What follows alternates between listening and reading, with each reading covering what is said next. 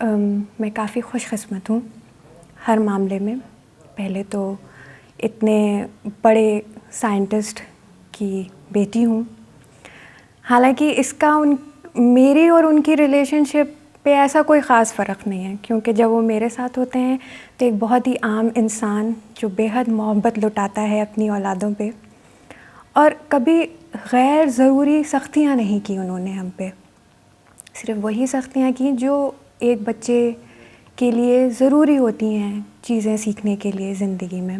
سب سے اچھی چیز جو سکھائی ہے وہ یہ ہے کہ کچھ بھی کرنے سے ڈرو مت، غلطیاں کرو، جائز غلطیاں کرو، اور ہر انسان غلطیاں کرتا ہے، بہت عام بات ہے یہ، بٹ خاص اس میں یہ ہے کہ تم اپنی غلطیوں سے سیکھتی کیا ہو. علی گڑھ کے ماحول نے شمیم جیراج پوری کی تعلیمی اور تحقیقی صلاحیتوں کو مزید جلا بخشی.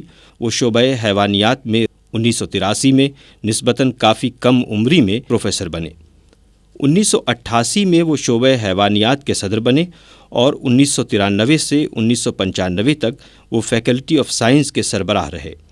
فیکلٹی آف لائف سائنسز کے وجود میں آنے کے بعد وہ ایک بار پھر اس کے ڈین مقرر کیے گئے.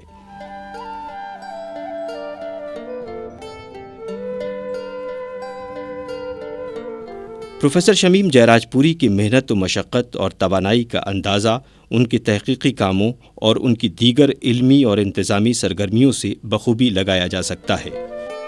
خیتی حشرات، نباتات و زرعی کے تحقیق کار کی حیثیت سے ان کی پذیرائی دنیا بھر میں ہوئی اور اسی تحقیق نے انہیں ایک منفرد مقام پر پہنچا دیا. اپنی تحقیقات پر مبنی نتائج کو انہوں نے تقریباً 20 سے زائد کتابوں اور یک موضوعی رسالوں یعنی مونوگرافس اور 350 سے زائد تحقیقی مقالوں کی شکل میں شائع کیا. اس کے علاوہ انہوں نے متعدد کتابوں میں خصوصی اسباق لکھ کر بھی تعاون کیا. یہ سبھی اسباق ان کی ذاتی تحقیق پر مبنی ہیں.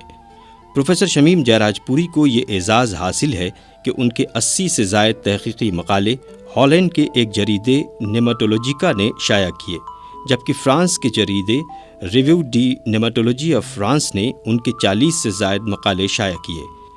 پروفیسر شمیم جیراج پوری نے بین الاقوامی سطح پر اپنے تحقیقی کاموں میں دیگر لوگوں کے ساتھ اشتراک کیا اور نہ صرف دنیا بھر کے سائنسدانوں کو شریک کیا بلکہ ان کو تعاون بھی دیا. پروفیسر محمد شمیم جیراج پوری تقریباً آدھا درجن سے زائد قومی اور بین الاقوامی علمی سوسائٹیوں کے ممبر ہیں. 1979 اور 1981 کے درمیان نیماٹولوجیکل سوسائٹی آف انڈیا کے صدر رہے. پروفیسر محمد شمیم جیراج پوری کی سربراہی میں ان کے 28 طالب علم ڈاکٹر آف فلاسفی کی ڈگری سے سرفراز ہو چکے ہیں اور اتنی ہی تعداد نے ماسٹر آف فلاسفی کی ڈگری حاصل کی ہے. ایم ایس سی کے بعد 2001 میں نے جوائن کیا ہے یہاں پی ایچ ڈی میں.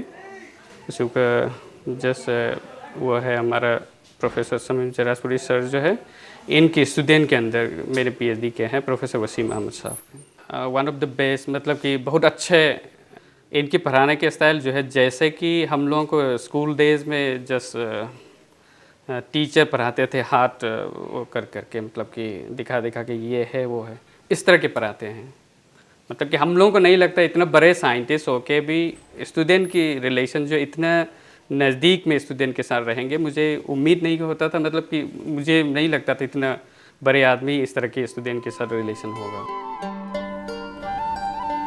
پروفیسر محمد شمیم جیراج پوری کو ان کے خیتی حشرات پر اصلاً تحقیقی کاموں کا اعتراف کرتے ہوئے دولت مشترکہ زرعی بیورو یعنی common wealth agriculture bureau London نے 1981 سے 1983 تک پرنسپل نیماٹولوجسٹ مقرر کیا.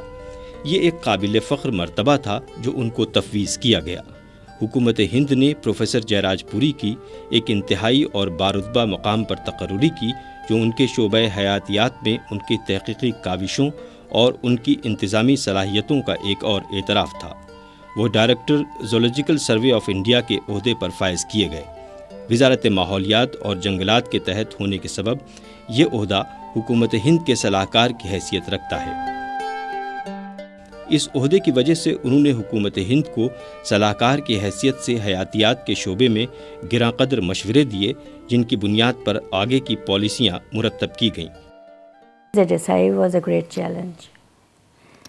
16 ریجنل اسٹیشنس کو اور اس زمانے میں جب یہ 2.5 سال رہے ہیں تو انہوں نے بہت محنت سے اس کو پٹری پہ لا کے کھڑا کر دیا تھا. شاید یہی وجہ ہے کہ علی گڑھ نے اپنے اس ہنرمند طالب علم کو پہلے تو استاد کے عہدے پر فائز کیا، پھر اکثر خاصی اہم ذمہ داریاں بھی سونپی. انہی ذمہ داریوں میں ایک ہے یہ علی گڑھ مسلم یونیورسٹی کا ایگریکلچر انسٹیٹیوٹ.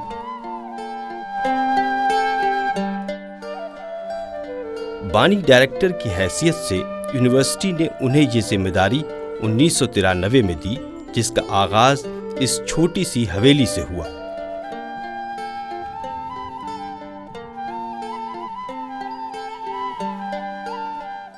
اور صرف 3 برس کے چھوٹے سے وقفے میں پروفیسر جے راج پوری کی اعلیٰ تعلیمی اور انتظامی صلاحیتیں پروان چڑھیں. میں سمجھتا ہوں کہ یہ میری خوش قسمتی ہے کہ 1 سال کے اندر میں 2.6 کروڑ گورنمنٹ آف انڈیا سے حاصل کر کے، ایک مجھے پرانی بلڈنگ دی گئی تھی، اس کو رینوویٹ کر کے تو میں نے فوراً ڈپارٹمنٹ شروع کر دیے. 4 ڈپارٹمنٹس اسٹیبلش کرنے کو مجھے دیے گئے اور ساتھ ساتھ ایک نئی بلڈنگ بھی میں نے اس کی بنوانی شروع کی، جو آج بھی دونوں بلڈنگیں قائم ہیں. اور اس طرح سے یونیورسٹی میں آج سے آپ یہ سمجھیے کہ 93 میں یعنی 7 اور 8 7 15 سال پہلے انسٹیٹیوٹ آف ایگریکلچر کا قیام ہوا. اس ایگریکلچر انسٹیٹیوٹ میں جدید تعلیم حاضر کی ضروریات کے تعلق سے 4 اہم ایگریکلچر ڈپارٹمنٹ شروع کیے گئے، جس کے ذریعے طلباء نہ صرف کاشتکاری کی جدید تعلیم حاصل کرتے ہیں بلکہ آج کے دور کا ایک اہم شعبہ ایگریکلچر اکنامکس اور ایگریکلچر بزنس مینجمنٹ کا علم بھی حاصل کرتے ہیں. یہ انسٹیٹیوٹ پروفیسر جے راج پوری کا علی گڑھ کو ایک حسین نذرانہ ہے. پروفیسر محمد شمیم جے راج پوری کا اردو زبان سے گہرا لگاؤ رہا ہے. انہوں نے اپنی خودنوش سوانح حیات اردو میں لکھ کر اس کا ثبوت بھی پیش کیا. ایک مشہور مقولہ ہے کہ آپ جس چیز سے رغبت رکھتے ہیں وہ آپ کو حاصل ہو جاتی ہے. اس مقولے پر پروفیسر محمد شمیم جے راج پوری کی زندگی کا ہر لمحہ صادق ہوتا نظر آتا ہے. شاید یہ اردو سے رغبت ہی تھی کہ ایک مشہور زمانہ سائنسداں پروفیسر محمد شمیم جے راج پوری 9 جنوری 1998 کو ہندوستان کی پہلی اردو یونیورسٹی کے بانی وائس چانسلر مقرر ہوئے. مولانا آزاد نیشنل اردو یونیورسٹی کی بات ہے، تھوڑی سی مجھے گھبراہٹ ہوئی تھی. آپ کو سچ بتاؤں، جس وقت فون پہ منسٹری سے آرڈر آیا تھا، فون پہ بتایا تھا، تو میں نماز پڑھ رہی تھی عصر کی، تو مجھے ابھی بھی یاد ہے نماز پڑھی تو میرا حلق سوکھ گئی تھی اس وقت. یا یہ سمجھیے کہ مطلب یہ بہت بڑی چیز ہے جو شمیم کو مل رہی ہے، اور کیسے ہو پائے گا یہ میں ڈاؤٹ نہیں کرتی تھی ان کو، مگر یہ کہ ایک جو ہے کہ ایک ہلکی سی پریشانی سی ضرور تھی. حیدرآباد میں اردو یونیورسٹی کے قیام اپنے آپ میں ایک چیلنج تھا. اس کے باوجود پروفیسر شمیم جے راج پوری نے اس چیلنج کو قبول کیا. بانی وائس چانسلر کی حیثیت سے اپنی تقرری کے احکامات اور یونیورسٹی ایکٹ کی کاپی ان کا کل سرمایہ تھے. گنگا ریڈی ڈسٹرکٹ میں آتی ہے اور مجھے یہاں کی کلیکٹر نے جوائنٹ کلیکٹر مس کمدنی کو بھیجا تھا، اور جو زمین انہوں نے مجھے دکھائی تھی تو وہ زمین دکھائی تھی. وہ کہ مجھے 200 ایکڑ زمین دینے کا وعدہ کیا گیا تھا، لیکن وہ زمین جب مجھے دکھائی گئی تو سب سے برا حصہ دکھایا گیا. شاید ایک طرح سے مجھے کچھ ڈسکریج کرنے کی کوشش کی گئی کہ بھئی یہاں بنانا بلڈنگ، انہوں نے کہا کہ آپ کو تو 25 سال لگ جائیں گے اس کو ڈیولپ کرنے میں. تو میں نے کہا ایسی کوئی بات نہیں ہے، انسان ہی ہے جو ہر چیز کو کر لیتا ہے، اور انشاءاللہ میں بھی کر لوں گا.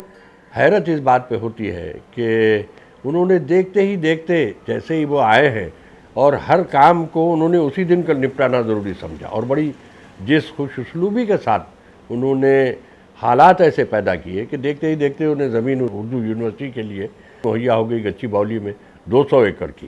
اگرچہ اس وقت چاروں طرف وہ چٹانیں تھیں اور ایسا علاقہ تھا جہاں کسی عمارت کی تعمیر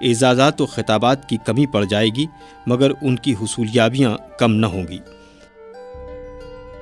ان کی زندگی پر نظر ڈالنے کی اس چھوٹی سی کوشش کے بعد یہ بآسانی کہا جا سکتا ہے کہ ان کی زندگی جہاں ایک طرف اہل اردو کے لیے باعث فخر ہے، وہیں قوم و ملت کے نوجوانوں کے لیے بھی ایک مثال ہے، ایک ایسی مثال جس نے ساری زندگی محنت اور صرف محنت کو ہی کامیابی کا سنگ بنیاد مانا۔